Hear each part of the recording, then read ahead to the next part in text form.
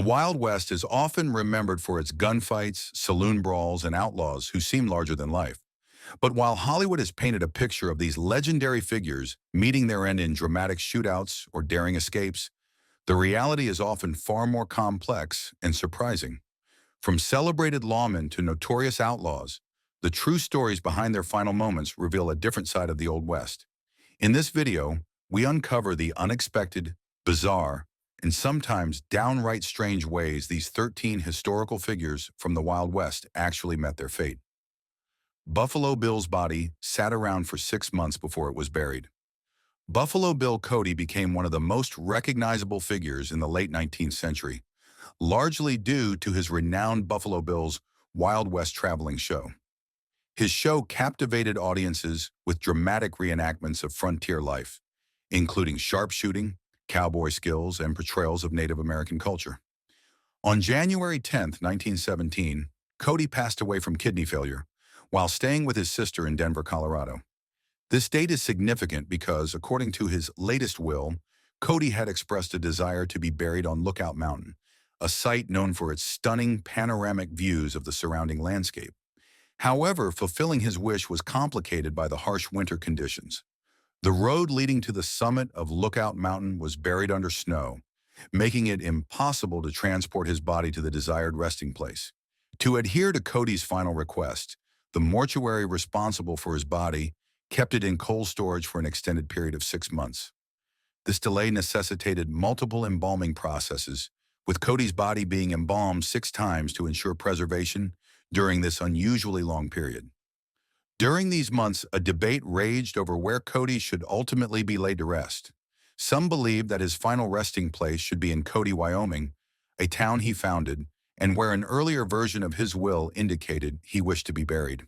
This town held significant sentimental value to him, and many locals felt that his burial there would honor his legacy and contributions to the community. The controversy fueled numerous theories and conspiracies, with some insisting that Cody's body was secretly moved to Wyoming, despite official claims. In the end, most historical accounts agree that Buffalo Bill was indeed buried on Lookout Mountain.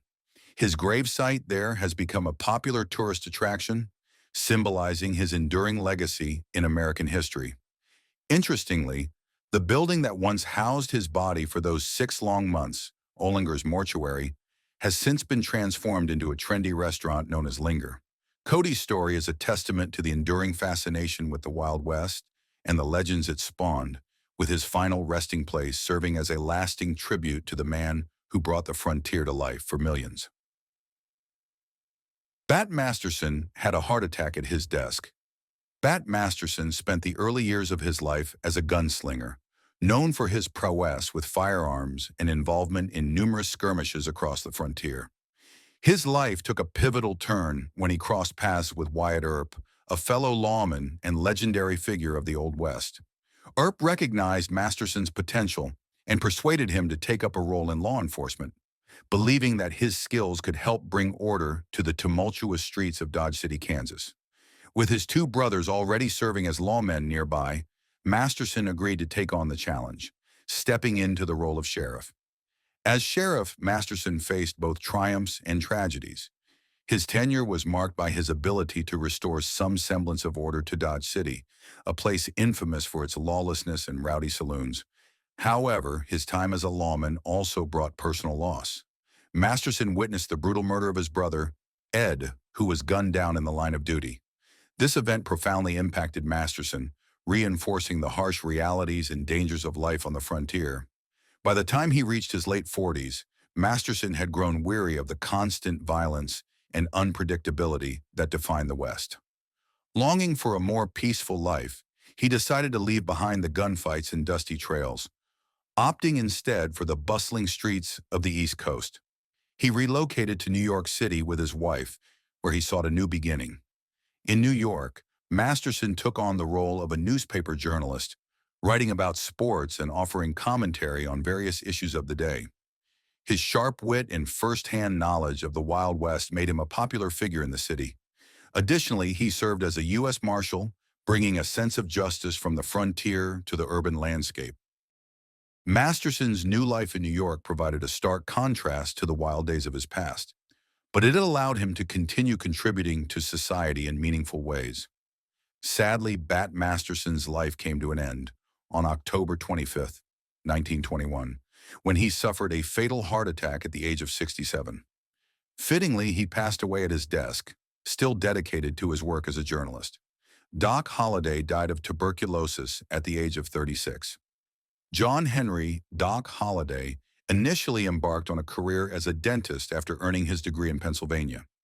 Setting up his practice in Texas, he seemed destined for a quiet, professional life.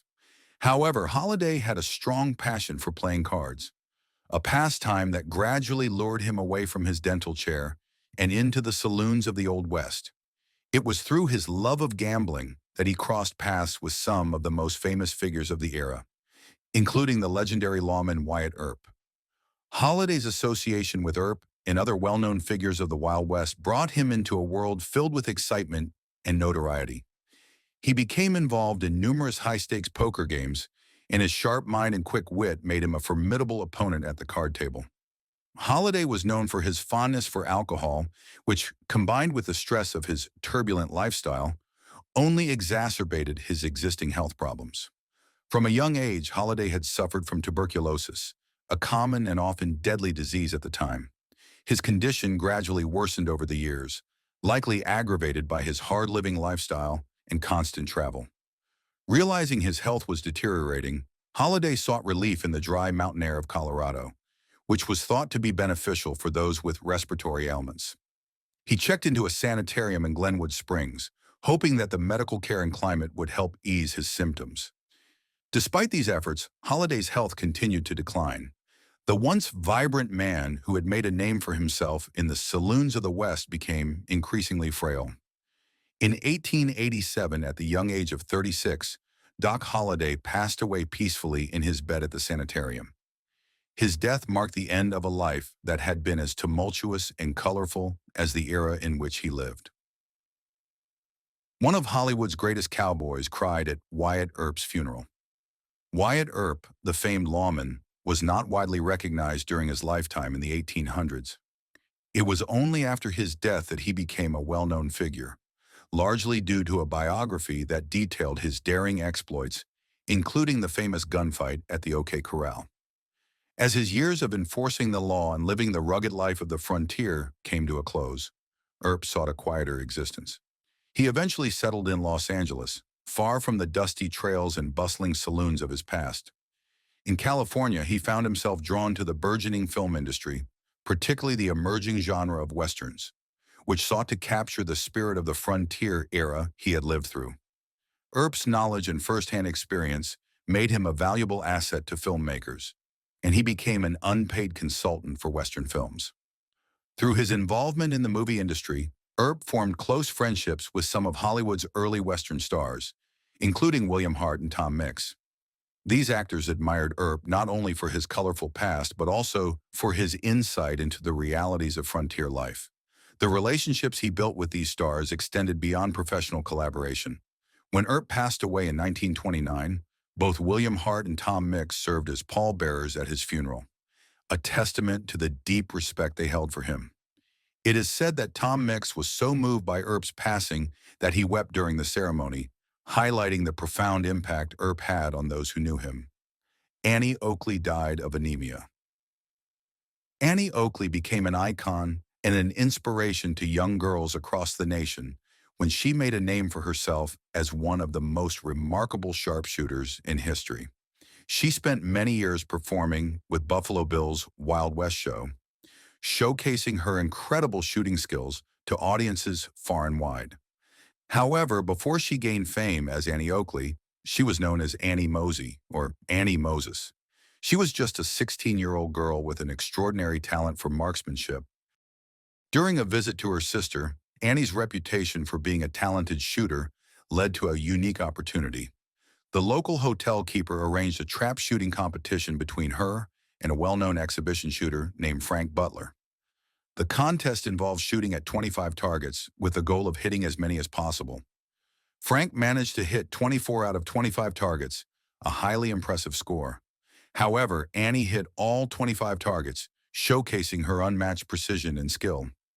Frank Butler was not only impressed by Annie's shooting prowess, he was also captivated by her charm and confidence. The two quickly developed a bond, and their mutual admiration blossomed into love. They married soon after, beginning a partnership that would last nearly 5 decades. Tragically, Annie's health declined later in life, and she eventually passed away from anemia. Her death marked the end of an era for the iconic sharpshooter. Just 18 days later, Frank Butler also passed away. While the exact cause of his death is not documented, many believe that his heartache from losing Annie contributed to his passing. The couple was laid to rest together in Annie's family plot, symbolizing the enduring connection and love they shared throughout their lives. Their story is a testament to the power of love, talent, and partnership, leaving a legacy that continues to inspire generations. Jesse James was shot in the back by a member of his gang. Jesse James was renowned for his exceptional skills as an outlaw, to the point where Missouri's governor, Thomas Crittenden, became personally invested in bringing him to justice. Crittenden's determination to capture James was driven by a strong sense of vendetta, fueled by James's continued criminal activities and the challenge he presented to law enforcement. Following a failed bank heist, Jesse and his brother Frank James decided to lay low. During this period, Frank grew weary of the outlaw life and chose to leave Jesse's gang, seeking a more conventional existence. Frank's departure left Jesse in a difficult position as he had to recruit new members for his gang, many of whom lacked the loyalty and trustworthiness of his previous associates. Among these new recruits were the Ford brothers, Bob and Charlie.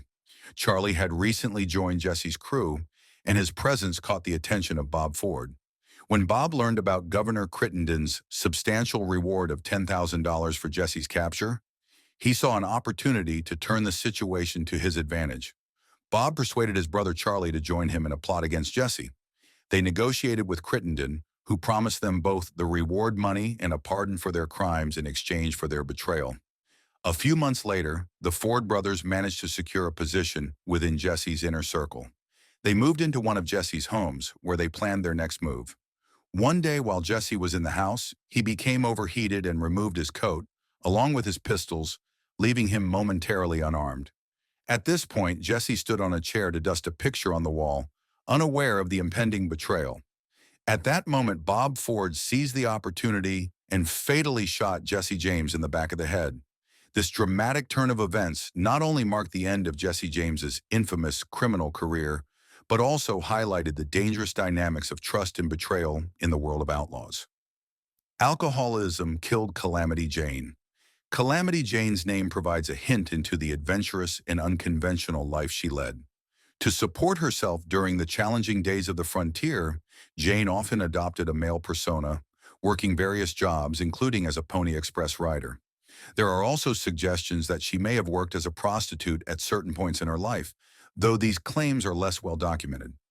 Jane gained significant fame as a sharpshooter with Buffalo Bill's Wild West show, where she showcased her impressive marksmanship while riding horseback. Her talents on stage contributed to her growing notoriety, and she became known not only for her skills, but also for her enjoyment of a lively social life. Jane was often seen indulging in heavy drinking and reveling in the pleasures of her time, which became a significant part of her public image. Unfortunately, her fondness for alcohol eventually took a toll on her health. Jane struggled with severe alcoholism for many years, a condition that ultimately led to her early death at the age of 51. According to popular lore, she was laid to rest beside Wild Bill Hickok, a friend and occasional companion. The tale suggests that this arrangement was meant to unite them in the afterlife, although the nature of their relationship remains a matter of speculation. Hickok, known for his own complex and often solitary life, reportedly had little romantic interest in Jane. Billy the Kid was felled by a sheriff. Billy the Kid was indeed just a young man when he gained infamy in the Old West. At the tender age of 18, he had already been linked to up to 17 killings, reflecting a life marked by violence and evasion. His criminal activities kept him on the run, eluding law enforcement efforts. Eventually, Sheriff Pat Garrett managed to capture Billy the Kid. Following his arrest, Billy was put on trial and found guilty of his crimes. He was sentenced to hang, and his execution was set for 1881. However, just days before he was scheduled to face the gallows, Billy made a dramatic escape from his cell, killing 2 guards in the process. Sheriff Garrett embarked on a relentless pursuit that lasted 3 months. He followed various leads and tips about Billy's whereabouts. The breakthrough came when Garrett received a crucial tip about Billy's location. Billy was staying at the Maxwell Ranch in New Mexico, and Garrett seized the opportunity. Under the cover of darkness, he stealthily entered Billy's bedroom and waited for his target. When Billy the Kid finally entered the room, Garrett acted swiftly, ending Billy's life with a fatal shot. This event marked a dramatic conclusion to the pursuit of one of the most notorious outlaws of the time. However, like many legendary figures of the Old West, Billy's death gave rise to various conspiracy theories. Some questioned whether the man killed by Garrett was indeed Billy the Kid, or if it was another young man who bore a resemblance to the 21-year-old outlaw. In the years following Billy the Kid's death, 2 different individuals emerged, claiming to be the famous outlaw. Despite their assertions, their identities and stories could never be conclusively verified. Belle Starr was ambushed. Belle Starr is often remembered more for her associations with outlaws than for committing crimes herself. Although she was convicted of horse theft and served 9 months in prison, she was not later found guilty of any other crimes. Starr's criminal record was relatively sparse compared to the reputation she cultivated through her connections. She was married twice, and both of her husbands met violent ends in gunfights, further adding to her notorious image. Her choice of companions and her involvement with such characters inevitably intertwined her life with the criminal underworld. The influence of these associations ultimately led to her untimely death. One day while traveling home, Belle Starr was ambushed and shot twice in the back. Despite investigations, the identity of her assailant remained unknown. Her death generated numerous rumors and theories, one of which suggested that her own son, Ed Starr, might have been involved in the tragic incident. Belle Starr's life and death remain enveloped in mystery, illustrating the often blurred lines between legend and reality in the world of the Old West. Butch Cassidy may have shot the Sundance Kid. When we think of Butch Cassidy and the Sundance Kid, images of Paul Newman and Robert Redford might come to mind, thanks to the iconic portrayal in film. Yet the real lives of these infamous outlaws were as dramatic and compelling as their on-screen representations. Butch Cassidy and his partner, the Sundance Kid, were notorious for their criminal exploits as part of the Wild Bunch, Cassidy's well-organized gang. Their heists were highly lucrative, with an average take of around $35,000 per robbery. Cassidy's meticulous planning made them exceptionally elusive, and for years law enforcement struggled to capture them.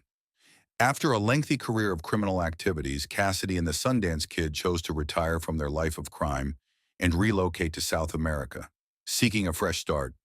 They managed to maintain a relatively low profile in their new environment, but their past eventually caught up with them. The duo was reportedly involved in a robbery of a payroll in Bolivia, which led to their being cornered by the Bolivian cavalry. During a standoff, a gunfight ensued, resulting in injuries, with the Sundance Kid being among those hurt. That night, 2 gunshots were heard from the location where the outlaws were hiding. When authorities discovered their bodies, both men were found with fatal gunshot wounds. Sundance Kid with a bullet between his eyes and Butch Cassidy with a self-inflicted gunshot to his temple.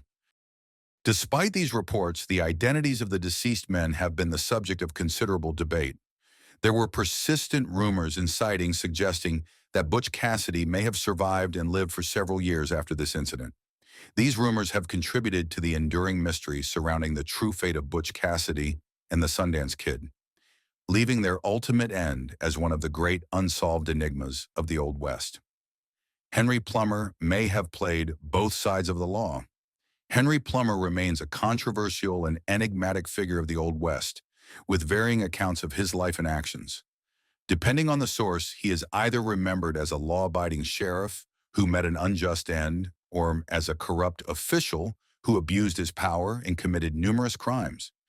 The historical record on Plummer is sparse and often conflicting. It is known that he was involved in several deadly encounters, though there are arguments that these incidents may have occurred in self-defense. His tenure as sheriff was notably brief. He was elected to the position just a year before his death in 1864. Plummer's downfall came when a vigilante mob, convinced of his criminal activities and abuses of power, took matters into their own hands. The crowd forced him to the gallows where he ended his life. Wild Bill Hickok and the Dead Man's Hand. Wild Bill Hickok gained national attention after a magazine published his dramatic account of killing 3 men who had threatened his life. Hickok's prowess with firearms was demonstrated through a series of intense gunfights, showcasing his skills and earning him recognition as one of the West's most renowned figures. However, Hickok's career took a tragic turn following an accidental shooting in which he killed his own deputy during a shootout. This incident marked a significant turning point, and Hickok's once luminous star began to wane. As his fame faded, he faced increasing hardship and was reduced to making a living as a card player in Deadwood, South Dakota. On a fateful day in August, Hickok's fortunes took a final and tragic turn. While seated in a saloon with his back to the door, a young gunslinger named Jack McCall entered and shot Hickok in the back of the head. In a twist of fate, McCall attempted to fire at others in the saloon, but his subsequent shots misfired. At the time of his death, Hickok was holding a hand of cards known as aces and eights. This particular combination has since become famously associated with Hickok's legacy and is referred to as the Dead Man's Hand. Davy Crockett's death at the Alamo. Davy Crockett, often celebrated as the king of the wild frontier, is a name widely recognized in American history. However, the specifics of his renown can vary depending on who you ask. Crockett's multifaceted career included roles as a frontiersman, a U.S. congressman, and a storyteller. Yet he is most famously remembered for his role in the 1836 Battle of the Alamo, where he met his end. The commonly accepted narrative describes Crockett as a heroic figure who, along with around 200 defenders, held out against a vastly larger force of Mexican soldiers for 13 days. According to this version, Crockett was killed in the final moments of the siege, as the defenders were ultimately overwhelmed by the enemy. However, historical accounts present a more complex picture of Crockett's final hours. Some historians suggest an alternative scenario, that Crockett, along with 5 other men, may have surrendered to the Mexican forces in the hope of negotiating their safety. This version of events posits that the agreement for their surrender was not honored, leading to their execution despite the promise of clemency. As we unravel the true stories behind these 13 iconic figures of the Wild West, it becomes clear that their lives and deaths are far more intricate than the legends suggest. These stories remind us that history is often as wild and unpredictable as the frontier itself. If you enjoyed this deep dive into the real tales of the Old West, make sure to hit that subscribe button. Join us for more thrilling explorations of history's most intriguing characters and events. Stay tuned and keep the spirit of the Wild West alive with every new episode.